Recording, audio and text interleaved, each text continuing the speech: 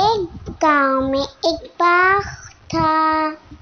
बाग के मालिक ने बच्चों को खेल कूद की इजाजत दी हुई थी और कहा था कि ना दिल चाहे जब तक दिल चाहे खेलते रहो, लेकिन एक बात याद रखना, ट्री से कोई फल, पौधों से कोई फूल नहीं तोड़ना, ना ही किसी परिंदे को नुकसान पहुंचाना।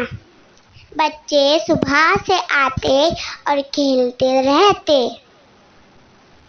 कभी दोपहर में आते, कभी शाम में। खूब खेलते, खूब एंजॉय करते, मस्ती, उछल कूद, झूला ऐसे करते रहते। एक दिन अहमद, रजा और बाकर बाग में खेलने के लिए आए।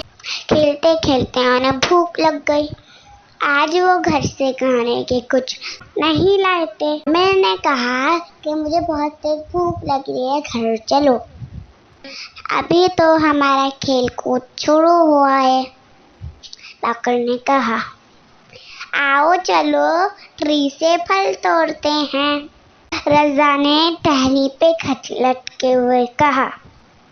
आमिर ने कहा कि अंकल ने फल तोड़ने की इजाजत नहीं दी है।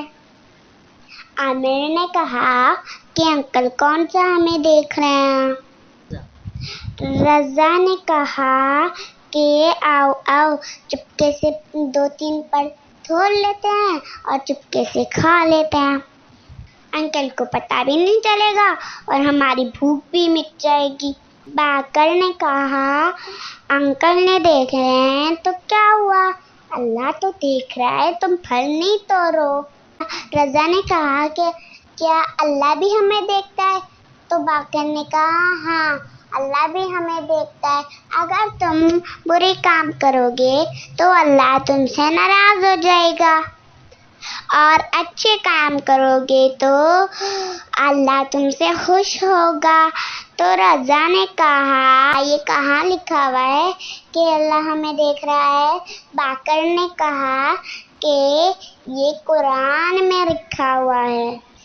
बाकर ने कहा, अल्लाह ताला फरमाता है कि क्या इंसान नहीं जानता कि अल्लाह उसे देख रहा है? रजा ने कहा, ये कौन सी आयत है? बाकर ने कहा, सूरे अलक आयत नंबर 14 में लिखा है। यही वाला सूरत मैं कुरान में पढ़ रहा हूँ। दरख्त से नीचे उतर आया। रजा ने कहा, मैं और कोई चुपके काम नहीं करूँगा, बल्कि चुप पूछूंगा फिर करूँगा। अगर अंकल ने कहा कि तुम ये फल नहीं तोड़ोगे तो मैं नहीं तोड़ूंगा, तो अगर अंकल ने कहा कि तुम फल तोड़ लो तो मैं तोड़ लूँगा। रजा ने कहा कि कोई ना देखे, अल्लाह तो देख रहा है। वो तीनों घर की तरफ जाने लगे। बाग का मालिक आ गया और कहने लगा, प्यारे बच्चों यहाँ मेरे पास आओ। तीनों को 4 एप्पल दिए। तीनों खुशी खुशी घर के लिए खुशी खुशी रवाना हो गए और बोलते गए, आज से हम कोई चोरी नहीं करेंगे, चुपके कोई काम नहीं करेंगे। हमें अब समझ आ गया है, कोई देखे ना देखे, अल्लाह तो देख रहा है।